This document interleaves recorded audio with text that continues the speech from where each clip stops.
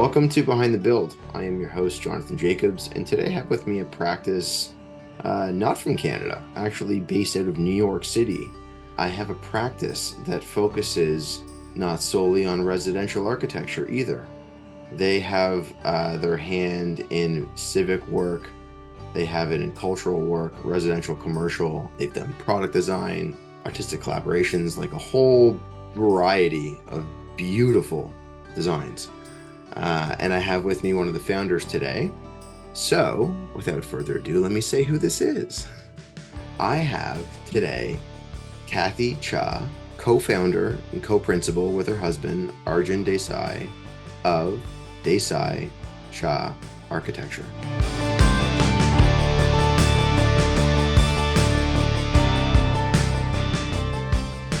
Kathy, thanks for joining. My pleasure. Nice to meet you. Likewise. You'll hear later in my conversation with Kathy how much she values detail. That idea that even the smallest decision, a line in a drawing or the way light enters a space, has the power to shape how people live in it for decades. And it reminds me of something I see every time I step into Kaplan's Appliances. Kaplan's isn't about selling boxes off of a shelf. It's about curating the right details, the right products, the way you actually live. They've built their Toronto showroom around that philosophy, and it's constantly evolving. Every manufacturer has its own dedicated environment, so you're not walking past rows of machines under bright lights. You're seeing how Sub-Zero, Wolf, Miele, Genair, Thermador, Fisher & Paykel, and La Cornue work as a part of a real kitchen. And the Kaplan's team treats every spec like it matters, because it does. In custom homes and renovations, millwork is built around exact dimensions, and your lifestyle is built around how those appliances perform every day. Kaplan specialists don't just hand you a brochure, they walk you through the options, help you narrow down the choices without overwhelming you, and make sure every detail aligns with the bigger picture. It's the same mindset Kathy brings to architecture: rigor, craft, and care. And it's why I trust Kaplan's as a partner in this industry. Visit kaplans.ca, drop by their showroom to see how they've elevated the experience of choosing appliances into something thoughtful and enduring, or email me.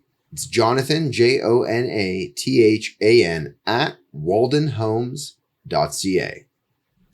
Kathy and I had a brief chat, I would say, about a month ago, where we just kind of talked about the idea of doing this. We had a really, really fun. Well, how else would I describe? What other adjectives can I use here? Just a really fun, open conversation about industry and about the concept of what this podcast is about. And when I asked if you would participate, eventually, we said, yeah, okay. And so here we are. And for those of you that are unfamiliar with Kathy and Arjun's immaculate work, I would highly recommend that you go to our Instagram profile, where you'll be able to see some of the projects that they want to feature. But beyond ours, I would go to theirs. I would go to their website. I'm a big fan. So all that said, Kathy, let's talk Thank about you. let's talk about your early life. Let's talk about what life looked for you at an early stage. What kind of led you down this path into ultimately being a founder of a fantastic architecture practice? Wow, we're going way back. Yeah. Yeah. I mean, it will go as early as you can take it. Well, when I was young, I always enjoyed making things with my hands. So that was something that, has always kind of been a part of just who I am.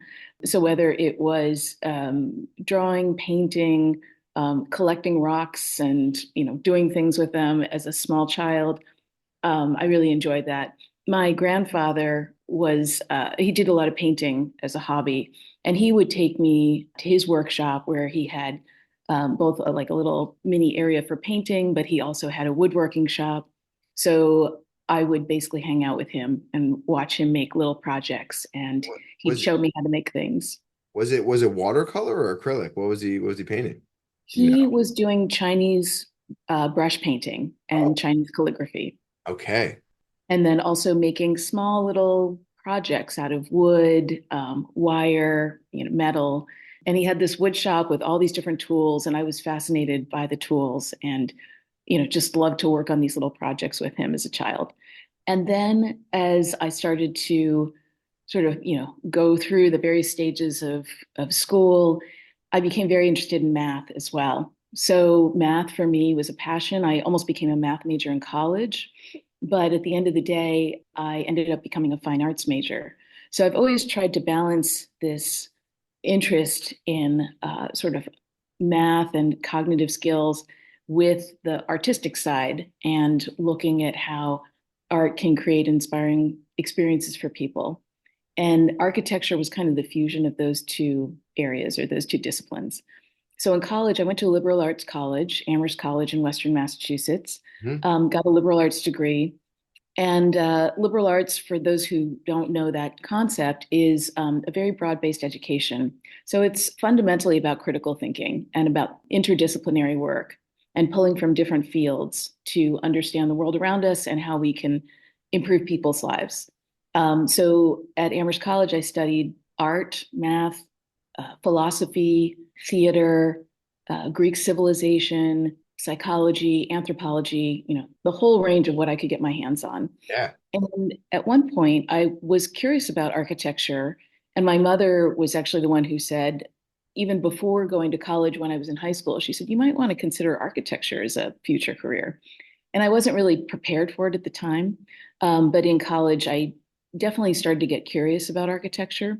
And luckily, I had folks at the college, an advisor, and faculty members who were able to help me carve out a path towards architecture. So I ended up applying to graduate school in architecture and then got into MIT, went to MIT for architecture school.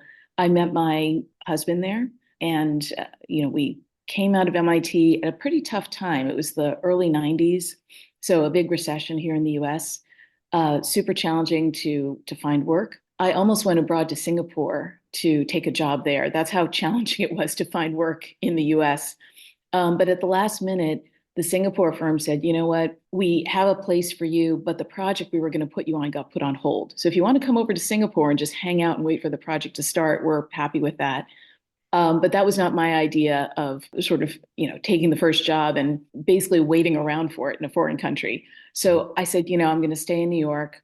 And then luckily, there was a small position that opened up. It was initially a part-time job at a firm. But I went in and I said, you know what? I'm just going to do the best I can at this very small task. And from there, they offered me a full-time job. So I think, I always tell people it doesn't matter how small or menial the task may seem, do the best you can at it and prove to people that you can really master it. And that kind of grit allows you to leap to other things. Cool. Um, And I would also add, I mean, based on what you were saying, is that it's never really too late to be able to make a deviation in your path when you're in school and pivot towards something that sounds to be far more in line with what you're looking for that you don't even know yet. That's true. And I feel like, especially nowadays, the notion of a pure profession or a pure field of study, it doesn't really exist anymore. Maybe in the pure sciences it does, but in all other professions, I think there are many ways to pivot within the profession. Hmm. There are many ways to cross-pollinate with other professions. So I feel like people who graduate from architecture school now, I believe a lot of them pursue tangential related fields in architecture over time. Not all of them become pure architects in the traditional way that that I pursued. I think a lot of people will go into other aspects of the field or kind of related professions, whether it's real estate, gaming, construction, even working in-house in creative areas of a company that might do three-dimensional design or have a tangential relationship to the built environment, but or teach, so there are a lot of different ways to pursue an architectural a career related to architecture, but not necessarily be the traditional architect. Yeah. You'll hear in just a moment how Kathy describes her time studying in Copenhagen, how it opened her eyes to architecture as something more than walls and roofs, but as light, transparency, and connection. That's what the Doors for You makes possible. Since 2006, they've been shaping spaces through glass. Curtain walls that turn landscapes into living backdrops. Pivot doors that feel like sculpture in motion. and lift and slide systems that erase the threshold between interior and exterior. Their partners include Europe's finest makers, Rayners, Schuko, Aliplast, Aliprof. But what sets them apart is the way they carry vision from drawing to detail. Every measurement, every shop drawing, every installation is done in-house with a precision that honors the architect's intent. And the result isn't just performance, it's atmosphere. Rooms bathed in daylight, boundaries dissolved, homes that breathe with their surroundings. Like Kathy's work, their philosophy is that glass is never background. It's the medium through which architecture connects us to place, to light, to each other. Explore more at thedoorsforyou.com or visit their Mississauga showroom, or email me. It's Jonathan, Jonathan, at waldenhomes.ca, and I'm happy to connect you with their team. Can I ask you what it was like? Because you kind of alluded to it when you were in school and you were making the change in your focus, and you said that you had met with some advisors at the school. What was that framework like when you were sitting down? Were you establishing the concept of getting into architecture, or were you sitting down with them to talk about what it would look like and what other opportunities there were with what your potential shift might be? Do you remember that? Yeah, I mean, as a 19, 20-year-old, you don't know the full expanse of what's available to you. And especially back then, I mean, I'm a bit of a dinosaur. I was in college where there was no internet, Yeah. no way to share the wealth of information that we have at our disposal now. So I was just gathering information from, people I was chatting with and asking questions of. So the advisor and the faculty at the college sort of understood that I was trying to pursue architecture, understand how to pursue architecture. They didn't have specific course offerings in architecture at the time. And at one point, I took a week off and I went around and looked at some architecture schools because I thought, maybe I should transfer. Maybe it's better for me to go to an undergraduate architecture program. And I did look at a few when I was, touring around at the end of high school to see if that's the direction I wanted to go in. But I didn't necessarily find the architecture school that I felt like, I want to make the leap and leave my current college and go to this place. So as I talked to my advisor, he said, you should not go to architecture school as an undergrad. You can go to architecture school for graduate school, and you can always do that. But a liberal arts education, you can only get as an undergrad. There's no graduate program for liberal arts per se. Right. So he said, take all the classes that you can now that you won't be able to take at an architecture grad school, Right. and use that as the foundation for long-term growth. So I'd say that I may have taken kind of the slow road to get, to my end goal, which is to become an architect. So I ended up doing 4 years as an undergrad at the liberal arts college, Yeah. and then 3 years of graduate school in architecture. But the long road has, I think, served me well personally. I mean, I feel like I've been able to carve out a professional perspective that is interdisciplinary, that does continually allow me to learn new things from other professions, from other people. So that critical thinking approach and the liberal arts kind of interdisciplinary connections that I was trained for at a place like Amherst College was really foundational to who I am now as a person and how I think about architecture. So I was lucky that the faculty at Amherst said, don't leave the college, stay here, but we'll help you carve out what you need in order to prove to a graduate school that you've got the chops to apply. So they introduced me to a local architect in town. So I worked for a firm called Gillen, Kuhn, Riddle, and Gray. Bill Gillen was a mentor to me and continues to be somebody who's very, very supportive. And then the college said, just see if you can work for a firm in town. So I did that for like a month during the winter break. I did that for a summer between school years. And then they said, oh, there are these study abroad programs. So maybe if you want to go junior year abroad to Florence or Paris, or, think about some of these programs that you can apply to as an undergrad. So I found one in Denmark, in Copenhagen. It's run by the Danish International Studies program. It's still in existence. And I had an amazing year. So I went and I took classes in an architecture program for undergrads. I'd say 95% of the students were actually bachelors of architecture students from undergraduate programs in the US, Australia, and Britain. And I was one of the few people who came who was really like completely green, Yeah, just yeah, coming with no background. So I met some amazing students. They told me what it was like to be in architecture school. They gave me insight into, what they were learning, what they were thinking about, the kinds of issues that they were grappling with, yeah. plus, amazing faculty who were all trained architects or teaching at the local Danish university in architecture. And I lived with a Danish family, so I had like total cultural immersion, which was amazing. And I'm still in touch with the Danish family, and I'm still in touch with many of my classmates from that program. So that year allowed me to have, in a way, that insight into at least the academic side of an architectural education. And that allowed me to say, okay, I could see myself pursuing this. So I applied to graduate school for architecture and went straight after graduating from undergrad. So I didn't take any time off. And then I did 3 years at MIT at the Master of Architecture program there. Came out, and it was a rough ride because early 90s, as I mentioned, was full on recession, not a lot of work.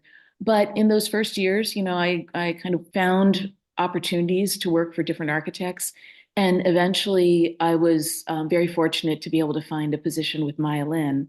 So, Maya Lin is an artist and an architect. And I was allowed to do architecture and art projects as her assistant, which was kind of the perfect marriage for me of my interest in art and architecture, which had kind of been nurtured through my undergraduate years. And here was an opportunity for me to do both. So I worked for her for 3 years. And then Arjun and I, my husband, so at the time we were dating, but we weren't yet married. But he was working in New York as well for an architecture firm. And we had both always considered opening an office and, putting up our shingle and kind of pushing through, our own interests and philosophy about architecture. A little later in this episode, Kathy talks about how design has to respond to its setting, how form and landscape can't be separated. That's exactly how Aquanta Pools approaches water. They don't see pools as add-ons. They see them as sculptural, site-specific elements that work with the contours of the land. A vanishing edge that carries your eye to the horizon, a curved form that tucks into rock or woodland, a surface that mirrors the sky so the pool feels like part of the terrain itself. Every system is engineered for Canada's climate, but shaped with an Italian design sensibility, organic forms, natural finishes, and technology that allows concrete-free shells to flex with the earth rather than fight it. That means fewer cracks, more freedom in design, and the ability to build on sites where a conventional pool just wouldn't work. Like Kathy's practice, Aquanta treats material, structure, and environment as one composition. The result isn't just a pool, it's an experience of land, light, and water designed to last. Discover more at aquanta.ca or email me, Jonathan, Jonathan, at waldenhomes.ca. So we were lucky in that a friend of Arjun's from undergrad gave us a project. It was a Native American Indian tribe out in California who wanted to do a children's learning center, like a children's recreation center. So we started working on that project, moonlighting. And I also had gotten a project through a friend who had mentioned us to one of their friends. They bought an apartment. So that friend of a friend hired us to do an apartment combination for them in New York City. So we had these two projects we were sort of juggling, moonlighting. And then Arjun basically broke off first to kind of run the firm full time for the first like 6 months. And then I joined him afterwards. Yeah. And I transitioned out of Maya's by helping to train her next assistant to be able to do the art and architecture. So I was lucky in that the job that I was in as an assistant to Maya Lin, we were able to work out an arrangement where over a period of, I'd say, 5 to 6 months, I was able to transition out of her office, train a new assistant to do the architecture and the art with her, and kind of work my way into full time with Arjun at our firm. So that was actually really nice that it wasn't, I mean, I was very transparent with Maya, and, we worked it out so she could have a smooth transition, and so could I. Then when Arjun and I sort of, landed together to be full time at our office, we were kind of learning in a very organic way, to put it politely. We did not have a business plan. We did not have a business manager or, a PR marketing person. We were sort of wearing many hats, actually all of the hats at the same time, to jumpstart the firm. And I mean, this is an old saying that, goes way back, but our architecture school doesn't really train you to run the business. I think some schools now, or within, let's say, the last 10 years, have tried to put in practice, classes where they teach you a little bit about business and how to think through, all of the requirements and needs to make your business successful if you're going to go off on your own, or Hmm. even if you're working for another firm, but how to think about the business side of the profession. But back then, when we started the firm, sort of 95 to 96, we were just learning, from experience as we were sort of rolling out the projects and working with clients. Kathy, were you scared? I think at that age, one is so naive Yeah. that you just kind of roll with it, and you Yeah. sort of feel like, I'm going to make this work. And worst comes to worst, if it doesn't work out, one can always look for a job with a firm. But we felt like we had enough sort of gumption to kind of make it work, and we were getting referrals through friends and friends of friends. So there was that network that was helping us out for sure. And luckily, people liked the design approach that we had and the aesthetic. And I think a lot of what goes into building a small firm is also just the chemistry between people. So when Yeah. you hire a big firm, typically you don't always know who's going to be on the team to work on the project, but you just know the big firm has executed, they do, hopefully great work. Hmm. With a smaller firm, I think people are hiring for the personal chemistry. And I think that's, important for both sides to find the right fit, because at least at our firm, each project is so meaningful and each project is a new exploration. So to be able to go on that journey with a client who appreciates that there's a process and it's not always a linear process, and to have a client who also wants to see the architect put, unexpected ideas out there for discussion. That's I was really important to I want us. to ask you a question on that topic, so I'm glad that you went right there. Like when you start out, you in some ways you want to get some projects and you want to be able to, bring some money in to make yourself feel like you can do this.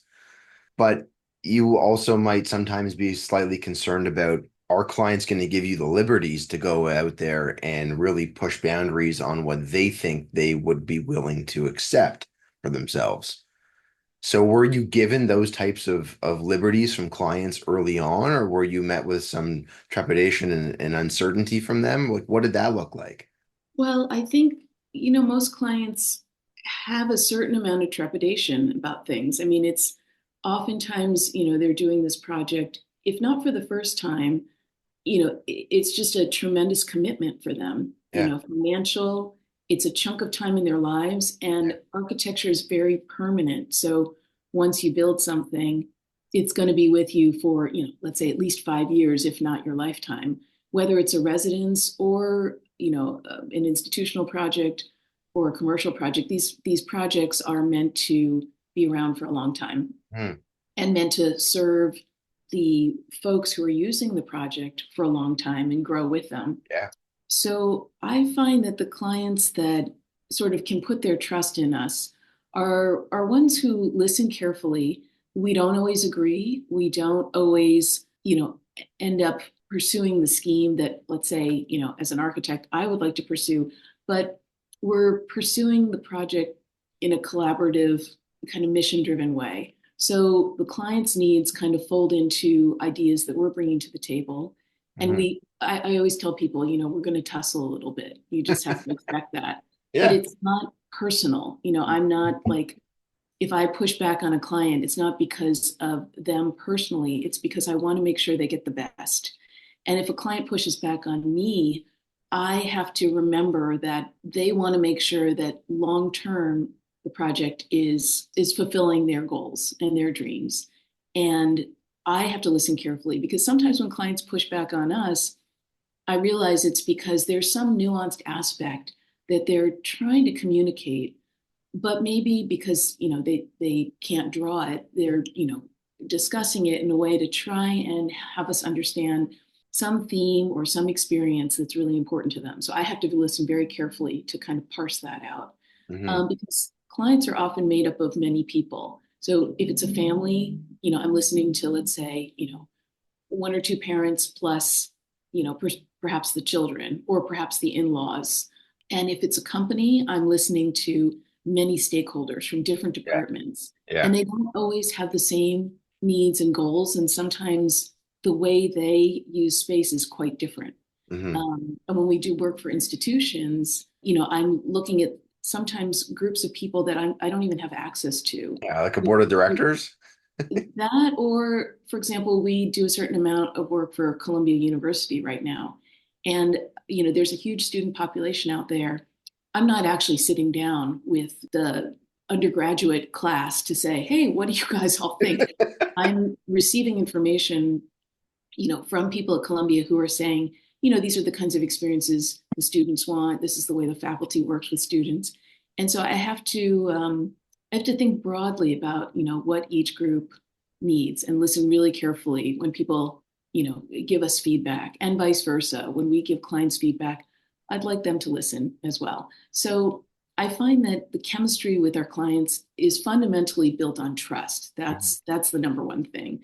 That even if something goes sideways or if the project needs further exploration and further development, that the client trusts us enough to say, I know you're going to get us there at the end. Let's go through what sometimes is a little bit of a winding road process, Yeah. but we'll get there in the end. And this is a journey. So I think Is that's really important. Yeah, is there a situation you can think of in a project kind of early on in the practice where you really proposed something that pushed the boundaries for a client and they were hesitant, but they said yes, and it was like this aha moment for what you're gonna create for the business in terms of like this now is going to be a real portfolio piece. Well, let's see. The LM Guest House, which is on our website, Yeah. that was our very first house. And we had come up with several schemes for the client and several configurations. And the arrangement of the sleeping quarters on the inside, Yes. we had a couple that were more conventional, where like every sleeping quarter was, had a proper window and, kind of a fully enclosed room with the door, still a lot of glass. And we were exploring, these multiple versions of, let's say, a slightly more conventional arrangement for bedrooms. Hmm. But then we put out one concept where the bedrooms are more internal, the glass wraps all the way around. You can create privacy by pulling these wood Screens. screens out. Yeah. And then the middle bunk room, instead of it being a full bedroom, was just like a sleeve for sleeping because they basically said this is going to be a guest house. It's not, our primary residence. Right. So we were really nervous. We put that in the presentation and presented it and explained all the reasons why it's not completely conventional, but why experientially it's pretty powerful because you can walk around the whole perimeter Yeah. interior of the house and just be up against nature and glass the whole time. And then we explained to them the bunk room being this screened off inner core, how beautiful it would be in the morning to wake up with the raking light coming into those slats and, what it means to sort of be, cocooned in. And after the presentation, we paused and the client kind of looked at all the schemes and then pointed to the one that was, the most unusual and said, I like this one a lot. And so that was just a hint of validation because we always say to clients, look, we're going to send you the presentation or we're going to, give you this deck. think about it for a week and come back to us. Don't feel like you have to make a decision on the spot. So Is they came back in a week and said, that's the one we really want to pursue. So so that can I was ask our experience. when that happens, because I've never really asked anyone this. When that happens, you want to stay reserved but excited, right? Do you not feel the need to like get up like Dorothy in the Wizard of Oz and like jump up and click your feet together and like just throw your hands in the air? Like, I cannot believe we're going to be able to do this. Well, Like, that moment definitely is like sort of, in one's gut because you sort of, yeah, oh, there's a glimmer here. There's a glimmer of hope that something that the client has never seen before, that they're gravitating towards it. And for us, it just opens up the conversation, which is really nice. Again, I still have to listen to understand why did the client gravitate towards that right. scheme Yes. and what will make it an enduring, like a decision that they will not regret and an enduring experience for them going forward that they will always see as like, renewing and, really iconic Yeah. for them now and in the future. Like it can't be a one-liner. It can't be just like this gestural thing that's like cool for the first, couple visits, and then it's like, oh, that's starting to feel old. So we still challenge ourselves to say, okay, if they're going to go and take a bit of a risk and go with the scheme that, they would not have come up with on their own and they've never seen before, we have to make sure it's going to be powerful for the long haul. So Mhm. the word timeless is one that gets thrown around a lot, not only in our profession, but in, a lot of other creative Yeah. professions. You want things that are timeless. But it is really true that it's important to think about the longevity of your project and how your client is going to appreciate it over time. So, there's a lot of brash architecture out there that is, kind of visually very compelling, very powerful. But we always think about in the long run, are the buildings that we build, committed to the client's experience for the long haul? Hmm. And does it provide, again, an enduring experience, something that will renew them every time they go to the building? And is the care that we put into the project going to be still well received, 10, 15, 20 years from now? I mean, Because I think it's really important. And this goes back to, this goes to notions of sustainability that a lot of people don't really reference when they talk about sustainable architecture. But for us, buildings that survive and endure, and maybe they get renovated, yeah. years from now, but they stand the test of time. They're not going to get ripped down. They're not going to get sort of totally gutted out. That side of sustainability of building, to last is, I think, really important. Well, I mean, and just some basics for those listening about this project. I mean, yeah, I'm assuming we'll feature this on our Instagram account because of how exceptional this project is. It's actually one of my favorite projects that you have. It's all heated with geothermal. It has won a ton of awards throughout the US. It was what, completed in 2013. Mm-hmm. So when you talk about a project that can last and sustain, you will see if you go to Instagram what this project looks like, and it looks like it could have been designed and built 2025, 2030. Like this is really when you talk about a modern project, a really exceptional project. With a And then, fast forward to the Michigan Lake House. Yeah, And what's interesting for us is that client called us out of the blue and said, I saw this guest house that you designed in the Wall Street Journal. I saved the article. I think he had held on to the article for 2 or 3 years. And he said, I've been, searching for a firm that can produce something like this. yeah. And I just decided I'd give you guys a call in the hopes that coming from New York wouldn't be such an issue for you. And so we said, and this was before the pandemic. So this Yeah. is when typically, clients would want to meet face to face and they would tend to, hire somebody more local so they could Yes. have, all the local meetings. But we said, we'd love to do a project with you. And initially he said, I'd like the LM Guest House on my property in Michigan. And I said, well, we have these kinds of conversations with clients a lot where they like a project of ours. Yeah. However, your site is very different. Your needs are probably very different. And all of the experiences you've had in life are very different from this other client. So let's talk a little bit about you. Let's talk a little bit about your site and dive in a little deeper. And then, if we end up coming to something like the Michigan or like the LM Guest Yeah. House, that's fine. But maybe we need to think more specifically about a bespoke project for you.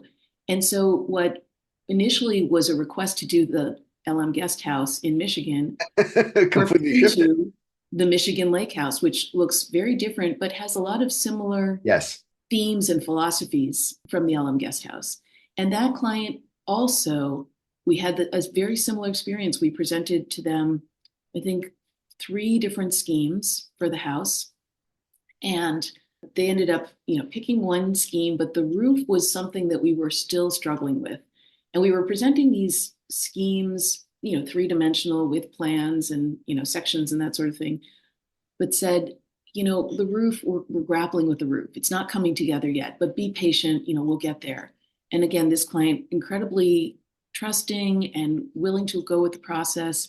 And then as we developed those inverted butterfly roofs, which were inspired by some of the local Fishtown architecture and themes that we had seen with the erosion of the bluff on that edge of Lake Michigan. So Yeah. we were basically trying to capture the water with the house.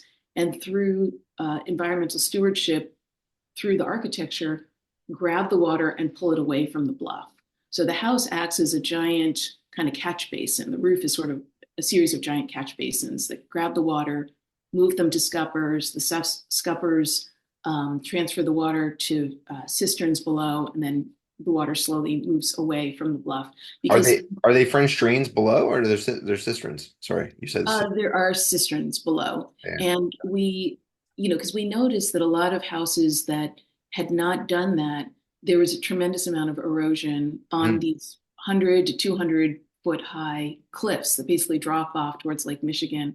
Right. And we realized that, there was a performative aspect of the design that could also result in incredibly beautiful vaulted spaces inside. So the Well, and inverted outside. butterflies and outside, That right? so for those listening, you'll see this. I'm assuming you're going to see this project too on our Instagram because got to feature this. You've got this incredible cantilevered section with the outdoor fireplace that, in some ways, I don't know if I'm going to call it, but like the cove lighting, the recessed lighting within the joist cavities, and then you have the ability to sit out there. And I'm just envisioning when I first saw this project before I called you, Kathy. I was thinking about sitting out there during a rainstorm and having the sound on one side of crackling fire and on the other side of the water shooting off and hitting the stones that are below as it kind of dissipates into the ground. And you have this immersive experience outdoors, dry, maybe a little bit of mist on you, but all of that while you can look out at the lake. And it is like that is an experience. And that's what the client had described to us as one of their kind of images of the site. They said, it would be beautiful if we could spend almost all four seasons outdoors because we've got this incredible view of the lake. We're surrounded by nature. And if only we were, covered and protected. So that came about, that whole concept of the 22-foot cantilevered roof came about because of this conversation we had with the clients. And then they talked about how they, love building the open fire. Should we have a fire pit? So we did the two-sided fireplace. Mhm. So, one of the challenges I think for us is how do you weave all of these, really strong themes coming from the client, coming from the site into an experience that feels somewhat effortless or feels like it's integrated beautifully, it's not forced. And that takes a lot of effort and tussling and struggling. And our clients are very patient in terms of working through a process with us. So I never find that the first concept or the first, model we put in front of them is the one we build. It's always, an evolution. It's always an iterative process. And, clients who like that journey and who like to be part of that journey get really excited. And then we can draw even more feedback and more kind of nuanced themes from them as they see what's developing. They start to talk about their own personal experiences, their own lives, their own backgrounds in ways that are really quite revealing. Hmm. And again, this goes for not only residential clients, but it's, commercial, institutional clients. I think that process, to have the patience for the process does result in a much richer project. So I have like multiple questions in my head that I want to get out to you here. I'm trying to think of how to categorize them. So give me a sec. So so the LM house is one of the first, is the first house that you get to design. Right. And from there, were there others between the the construction of LM House and Michigan House? Were there others of the portfolio that happened in between, or like what did that look like? And so that's part one. Part two is then how did you start to manage this kind of influx of project that I'm assuming starts to come your way after winning awards with LM House? In terms of the operation, like was it still just the two of you, or did you start to look at this and say, we're gonna need some additional support here? Yeah, we did start to hire. I mean, we have a small firm, Yeah. but we did hire, people who could join us on this, this very intense journey. Because when you're a small firm, again, everybody's wearing multiple hats, which I think is a really great experience for a young architect if they're Hmm. interested in seeing how the sausage gets made Hmm. and having a more hands-on role in that experience. So being able to work through design and then construction management, drawing sets, detailed drawing sets. So I think that's really important. What were some of the first roles that you had to fill? Initially, the first people that we hired were really like junior architects who were coming in and helping us with, model building and visualization Mhm. and early drawing sets, like schematic design sets. And we've, tried to have people work through those early experiences and then, get into the CD set. So to see a project through from concept into detailed drawings and then ideally through construction. And so it's a very layered experience at our office. I know at bigger firms, there's a different structure that might be needed. But at our firm, it's sort of like you have to just dive in and be ready to learn a lot, but also participate in a lot of different experiences. And so what did the practice look like? And were these hires in the 90s, or were these hires coming into the early 2000s? Let's see. In the 90s, we did most of the work just myself and Arjun. Yeah. So when we first started, we pretty much did everything just the two of us. And then in the 2000s, we started to, hire and bring people in. And I have to say that, we've gone through, I mean, as a country, we've gone through multiple recessions and, economic ups and downs. There was the Yeah. blow up in 2008 and all of that. Yep. And we've really tried to, keep the staff going, even through the ups and downs. And, same with clients. I mean, we've had clients, drop off because of economic downturn. So it's not A straight path. a completely, yeah, Yeah. simple thing in terms of running a practice. But we've had, I think all of the projects that we've built, we've really tried to inject design into every one of those projects, regardless of budget, regardless of location or size. And the work comes in waves. Mhm. It's not completely, linear. We have very few projects where it's like one client for 20 years. I know some retail clients can be like that, where you can continue to roll out projects one after the other.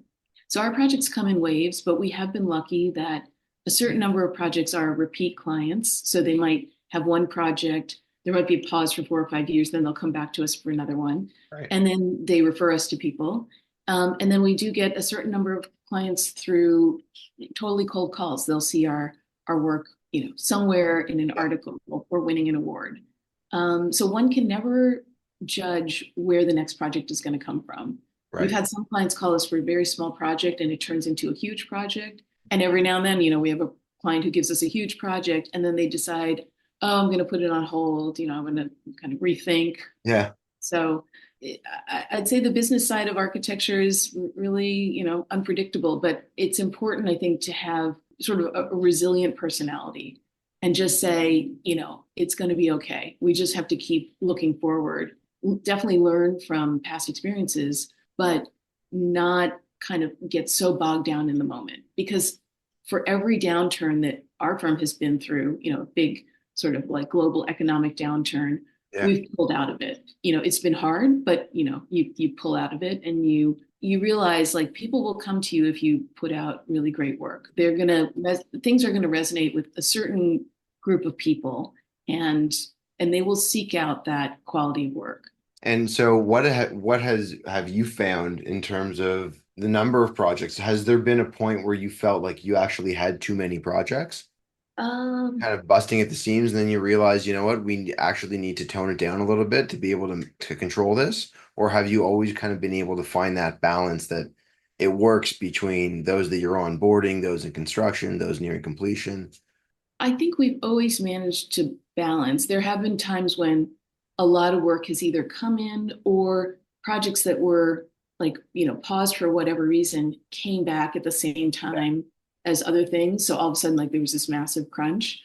And I think the tricky part is just, managing it as an office and Mhm. just making sure that the team can work through projects in a methodical way. And sometimes we do tell clients, like, you need to give us a little bit more time. Right. So I don't have a problem saying that to a client, especially if they come back to us after, a month or a year or whatever it is, and we're crunched. I don't mind saying to them, like, we're going to definitely ease you back in now, but, just give us a little bit of time to kind of really, get everybody sort of running with your job.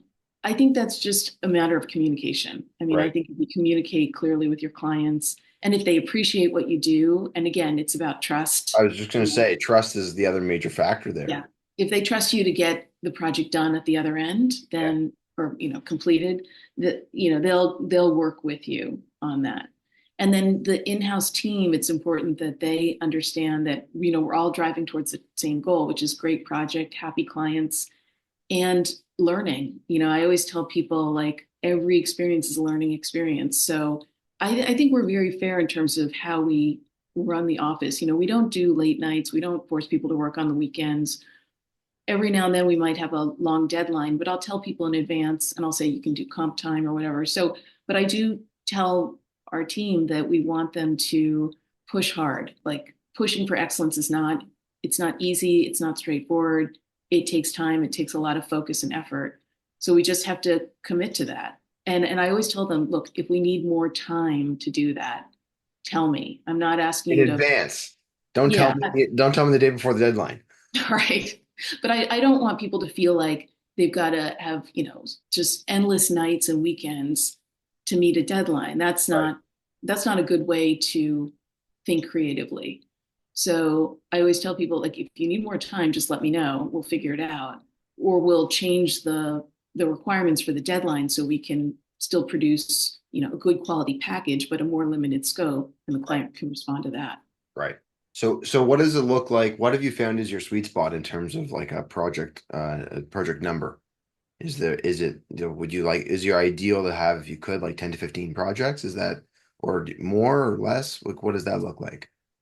It's really hard to answer that question because Okay. it's dependent on the size of the project, the needs of the client. Hmm. We have some projects where we're doing multiple iterations. Right. And so that takes a long time. So that takes, just like, is more work as one project. And then other projects are at a point where they're essentially in construction administration. And Hmm. so we're executing, which still is a lot of time and effort. Yeah, of course. But some of those projects, we have a local architect. Yep.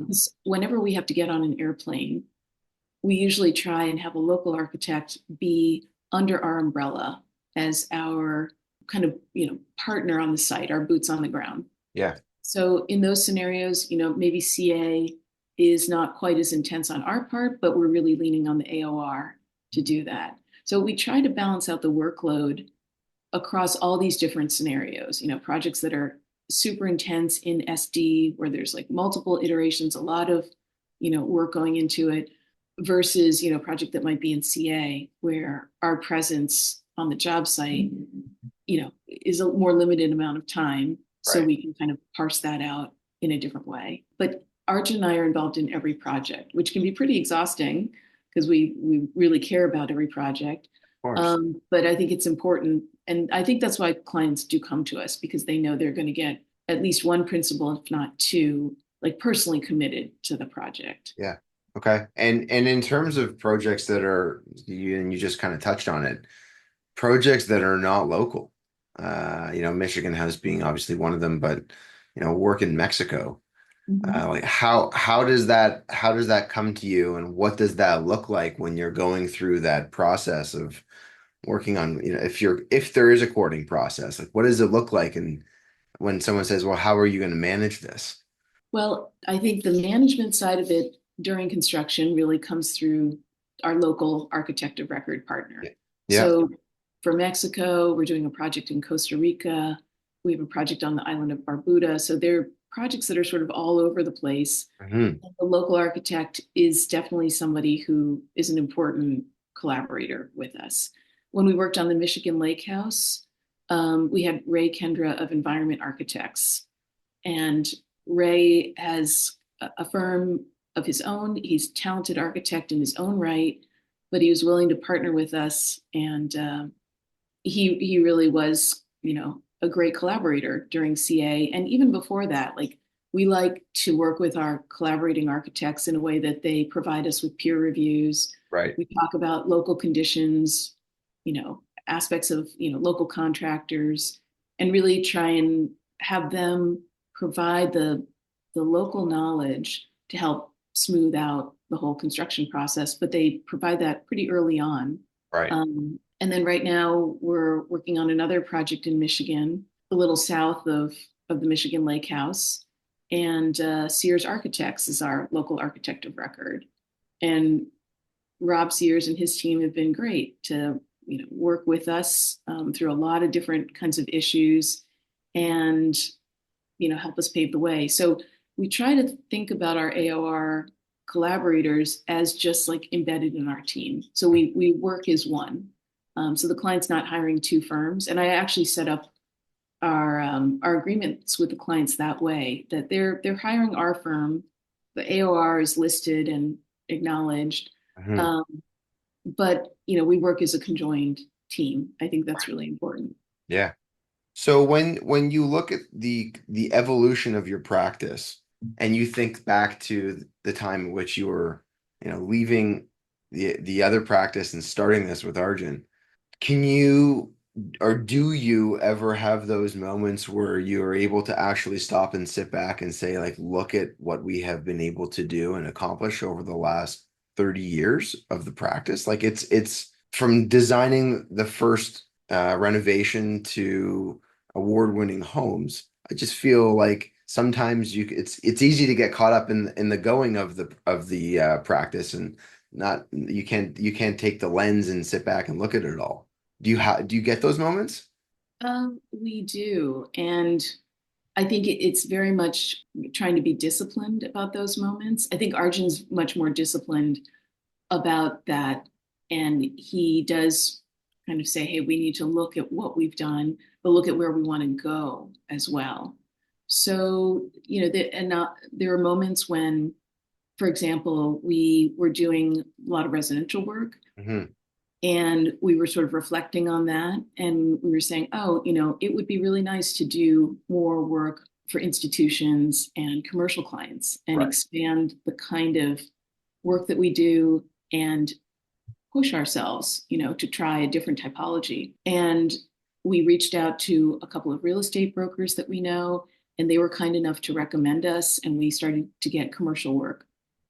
And then Wow. clients of ours said, oh, I love my home.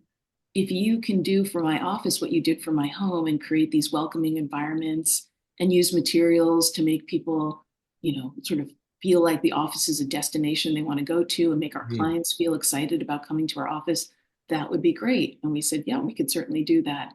So it opened up a number of conversations, these moments of reflection. And then it opened up, you know, between Arjun and myself, but then it opened up conversations with other people Right. to say, oh, yeah, there are other possibilities out there. Same with institutional work. So we do a certain amount of work for Columbia University right now. And it was that same kind of epiphany. We were looking at our commercial work and our residential work and saying we could potentially impact the lives of students and Yeah. faculty at universities and colleges with the same, kind of exciting moments of design that would make their spaces places of destination and places of collaboration and community on a university campus. And luckily, I was chatting with a fellow architect, and she said, oh, let me introduce you to somebody who's at Columbia. Maybe they could give you some advice. And that person ended up saying, let me put you on a list for consideration. So, these things kind of happen just somewhat organically, but somewhat intentionally. So when you sort of think about where you want to go, you Yeah. start telling people about it. If they see that you have the talent and potential to go there, they can make some introductions. We're starting to do some cultural work now. So, that's also springboarding off of some past cultural work we've done, as well as institutional work, commercial work. So, I feel like every past experience has its place to be the springboard for the next move, Mhm. and it's just important to put oneself out there. So I think that's maybe the challenge for us right now is, and I think it's for the ongoing challenge for a lot of firms is presenting yourself and marketing yourself in a way that gets you out there in a genuine way. You don't want to oversell. You don't want to, pretend to be something that you're not. You want to be genuine. Our goal right now is to, obviously continue to do great work in any typology, but we certainly are very excited about the work that we're doing more of on the institutional side with universities Yeah. and to be able to do work with cultural institutions. So I think that the reflective part of what anybody should go through, whether it's in their personal lives or their business life that you mentioned, is incredibly important. Like to be able to look back Yeah. on your work, your career, and frankly, pat yourself on the back for the accomplishments. Because there are plenty of moments, I think, for all of us as individuals, as well as, for those who are running businesses, to get anxious or stressed out or feel not good enough, and there's, I think, so much that we're seeing out there on the internet that when I was a young architect, there was no internet. So you only knew what was in your small little bubble. Now you can see like everything that's out there globally all the time, 24/7. Mhm. And, it can be overwhelming. It can make you feel like, wow, I'm not doing enough. I'm not accomplishing enough. I'm not, getting enough projects. And I guess I'm the type of person who compartmentalizes a bit and says, I understand there's like a lot of stuff out there that I'm not doing, but let me think about what I am doing. What am I doing well? What have I done well in the past? What has the firm done well in the past? How can we launch that into the next group of projects? Because you can't do everything. Yeah. So you really have to find out what's satisfying for the firm, what's satisfying for yourself personally, and run with that. So we have some really great clients that are super fun to work with. They're really willing to take ideas and kind of like nurture them with us. And I'm really grateful for that. And that, I think, one never knows, but you always hope that that's going to lead to the next great project. You never Yeah. know what your next great project is going to be until you actually finish it. Because some projects that we've had where we think, oh, that's going to be the next great project, sometimes it doesn't materialize. Sometimes, for whatever reason, it gets chopped up into lots of little bits. And then sometimes the project where we think, this is a great project, but, is it really going to be like the next one that gets well publicized and wins awards and that sort of thing? And then it turns out it goes on a roll, and it's it turns into one that really surprises all of us, and it's exciting. It's exciting for the clients, it's exciting for us, it's exciting for the builders, Yeah. and you honestly don't know until it wraps up, because anything could happen along the way. These journeys can sometimes be fraught with such unexpected ups and downs. And sometimes the ups happen when you least expect it. And then that's what kind of launches the project into, a totally different, level of creativity or collaboration that one could not have necessarily predicted on that very first client meeting. Yeah. So Or so trying to like be open to that is important, and what? just catch those moments when you can and keep nurturing them. So like you had mentioned earlier, the moment when a client chooses the scheme that we secretly want to keep pursuing and exploring, but we know there's some, kind of risky and unpredictable aspects to it. Yeah, you have to go Um, figure out. yeah, it when those projects get resolved and they work their way through the whole process and they turn out the other end and they're great, that's when you kind of say it was worth the risk, it was worth the challenges, the extra time, because a lot of these projects require a lot of extra time that frankly we don't bill our clients for. It's like You are there are a not lot of alone in that. yeah, there are a lot of late nights where, Arjun and I, late nights and weekends where Arjun and I are tussling with things, resolving things in order to bring it back the next morning or the next Monday to the team and say, hey, let's try this. Right. Um, but it's that commitment, which I think is, some people say it's exclusive to architecture and art, that it's that, kind of like creative passion, that artist passion. I see it in a lot of other professions. So I think that anybody who is committed to pushing the boundaries and doing better at what they do in any profession is going to have that commitment to sort of stay up late and take the extra time to really think through, how can I make this better, or how can I jump to the next level? Right. Is there, and you can take a second to think about this, but is there a specific, whether it's a project or a detail that you came forward with to a client where when they said yes, you were like, oh, okay, this is great. We were really excited. And then you walk back and the door closes and you're like, oh my God, we got to go figure this thing out. Well, we just had that experience last week. Okay. That's why we um, got pushed off. That's the recording. yes. And I mean, this is, for us, maybe not for, every architecture firm out there, Yeah. but, I find that I'm always learning something new and I'm always growing and, evolving. Like the notion of being a master architect or master builder, I mean, we're not there yet. We're still evolving and, trying to really hone our craft. And I think that I try to have humility with that because it allows me to say, okay, we're going to make mistakes or missteps, or we're going to put some things out there that maybe, will flummox us a bit. But if we don't do that, we won't know how far we can push something. Mhm. So last week we had a meeting with a client, put out 3 design ideas out there, and they gravitated to the one that we were most nervous about. And and I actually wrote them a note afterwards. And I said, this one has challenges. It requires really precise execution on the part of the builder, whoever you choose to build this. So we can't have just A any guy, team come yeah, a in guy in a and do. truck writing things down on a napkin. So we're waiting to see what the client says. We pointed out, the pros and cons of every scheme, but it is the kind of thing where, you put an idea out there, you try and, I mean, we always try and resolve the idea so that it's really plausible before it goes in front of a client. But this particular one, we just knew that it's because it's in a region that has torrential rainstorms at certain times of the year.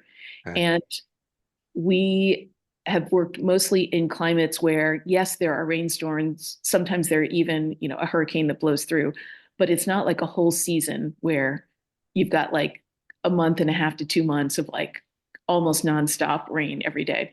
So with the roof form, we were saying, okay, this one roof form is going to really require very careful water management because of its shape. It has the potential to potentially, have some issues. Yeah. So that's just an example where we know we can solve those problems if we have, some more time, and maybe we have to change the roof form in certain ways to manage the deluge.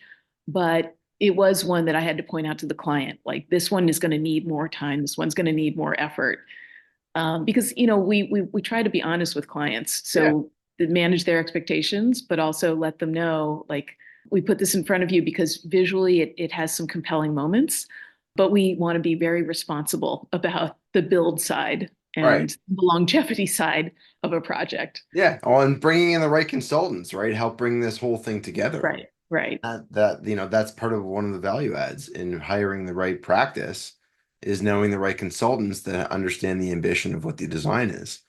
So, And we also, I mean, our firm does architecture, interior design, and a certain amount of landscape design immediately around the house. I mean, we lean on landscape architects for their creativity and their knowledge about the technical side.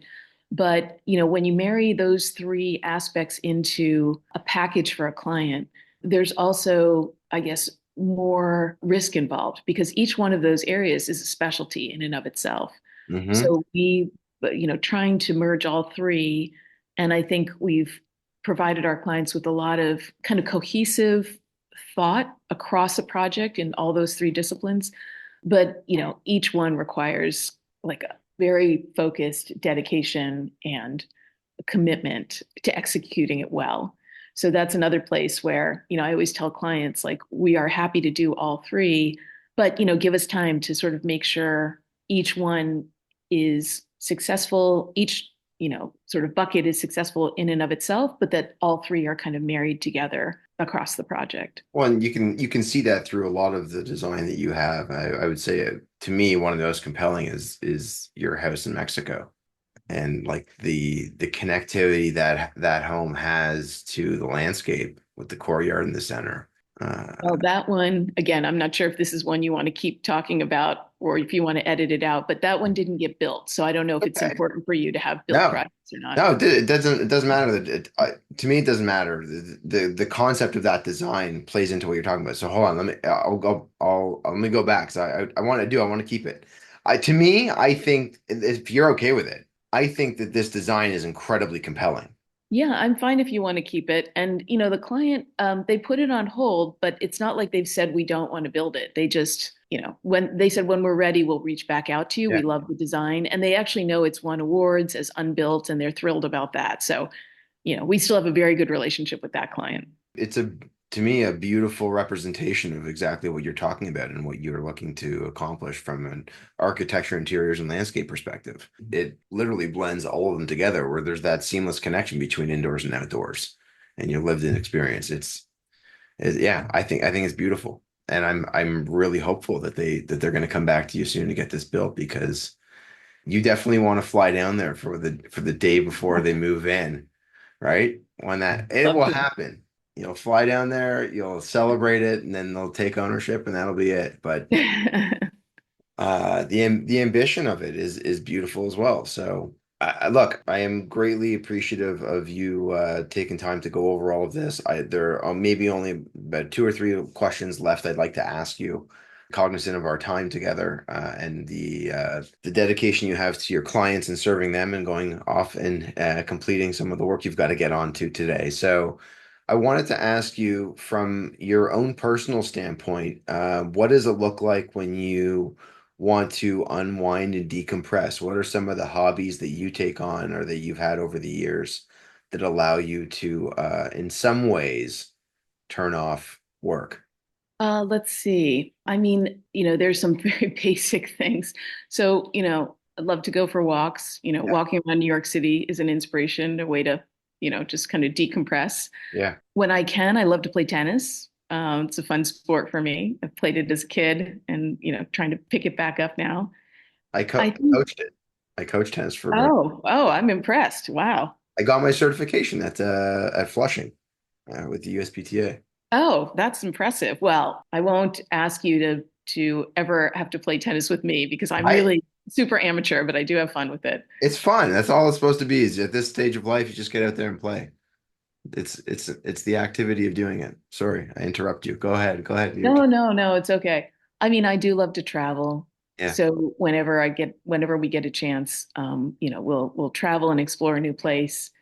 And I mean, I know this may sound silly, and I remember telling a group of young women who were looking for advice on architecture, and they asked me the exact same question. But just sometimes, like doing very basic chores around the house is a way for me to decompress. And it's because I can sort of do something that's totally mindless, but let my mind wander to other areas. And it's a little bit like, I guess, some people might say, I do my best thinking in the shower kind of thing. So I think it's not so important to find like, something earth shattering to say, that's my hobby or my Yeah. way to decompress. Sometimes it's the small things that can just be a little bit of a break in a day Hmm. and provide just a little bit of, mindless respite from all the intensity of what we do as architects.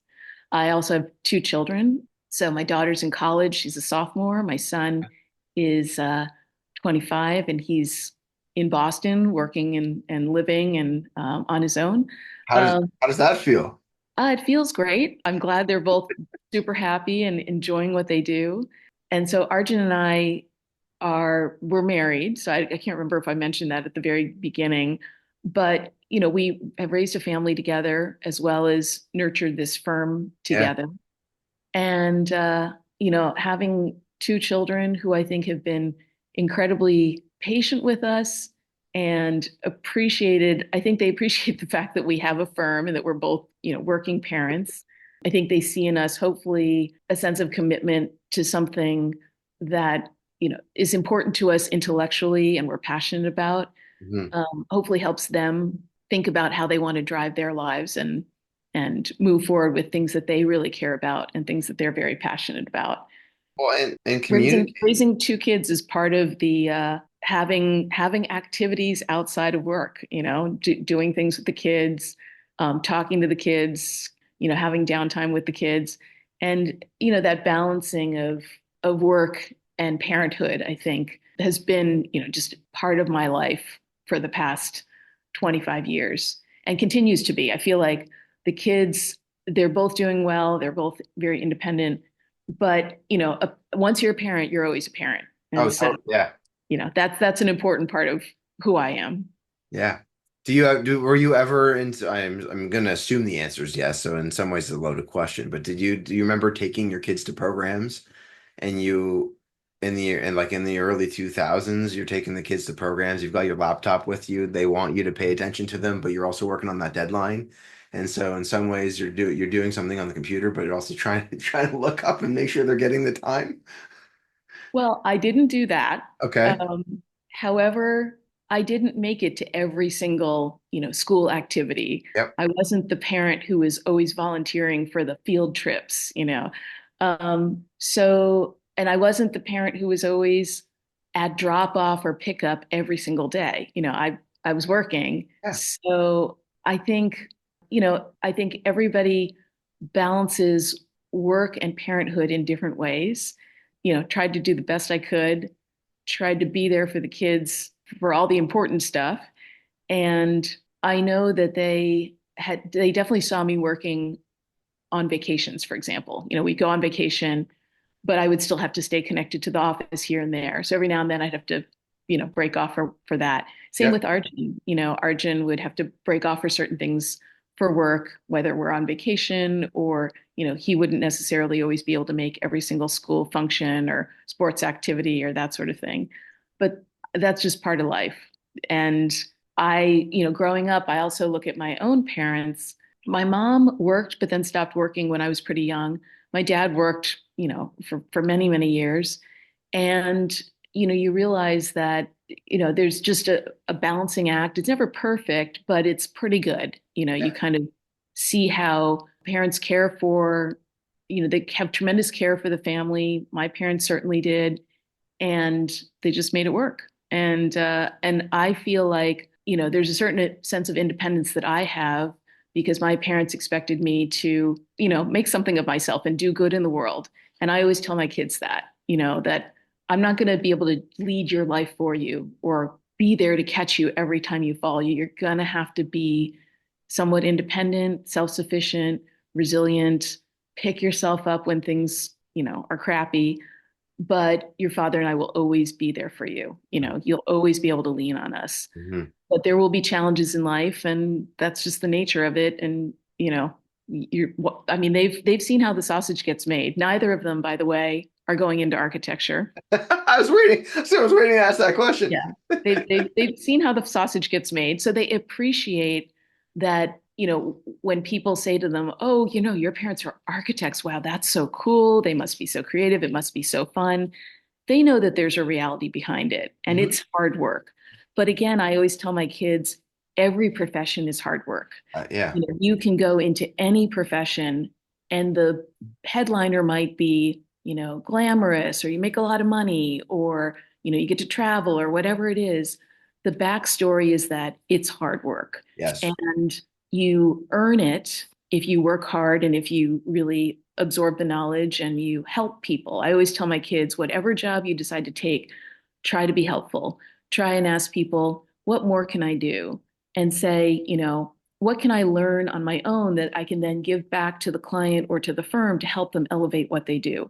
That's the most important thing. If you're going to want to be successful in what you do, and if you're going to Yeah. want to get more chances and more opportunities to raise your game, you just have to think like that.